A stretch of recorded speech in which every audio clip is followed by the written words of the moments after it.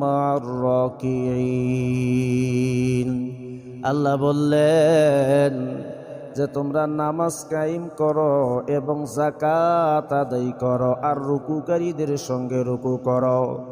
তাহলে এখানে আমরা প্রথমে পেলাম নামাজের কথা, তারপরে পরই আল্লাহ যাকাতের কথা বললেন। সূরা বাকারার ভিতরে আল্লাহ রাব্বুল আলামিন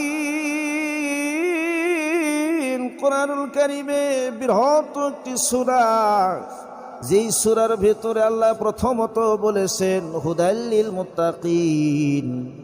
মুত্তাকিনের বৈশিষ্ট্য হলো আল্লাযীনা ইউমিনুনা বিল গায়বি ওয়া ইউকিমুনাস সালাতা ওয়া মিম্মা রাযাকনাহুম ইউনফিকুন। আল্লাহ বললেন মুত্তাকি হলো ওই সমস্ত ব্যক্তিরা যারা অদৃশ্যের প্রতি ঈমান আনে, আল্লাহর প্রতি ঈমান আনে, কবরের আযাবের প্রতি ঈমান আনে। জান্নাত জাহান্নাম হলো অদৃশ্য, এই অদৃশ্যের প্রতি ঈমান আনে। কবরে আযাব দেওয়া হয়, হাদিস দ্বারা প্রমাণিত। এই কবরের আযাব সম্পর্কে ঈমান আনে, তারা হলো মুত্তাকি। এরপরে আল্লাহ বলছেন আল্লাযীনা ইউকিমুনাস সালাতা, যারা নামাজ কায়েম করে তারা হলো মুত্তাকি।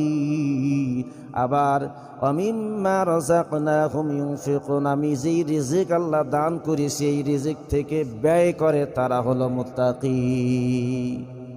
নামাজ কায়েম করার পর যে রিজিকটা আল্লাহ পাক দিয়েছেন এখান থেকে ব্যয় করে, অর্থাৎ আল্লাহর রাস্তায় যাকাত আদায় করে, তারা হলো কি? মুত্তাকি।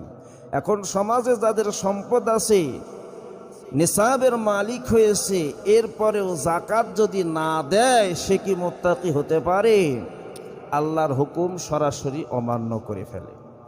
বন্ধুগণ আমার, এই যাকাত আল্লাহ রাব্বুল আলামিন মুসলমান ইমানদারের জন্য ফরজ করে দিয়েছেন। যদি কেউ কার্পণ্যতা করে আল্লাহর রাস্তায় যাকাত না দেয়, আল্লাহ বলছেন ওয়াল্লাযীনা ইয়াকনিজুনায যাহাবা ওয়াল ফিদ্দাতা ওয়া লা ইউনফিকুনাহা ফী সাবিলিল্লাহি ফাবাশশিরহুম বিআযাবিন আলীম।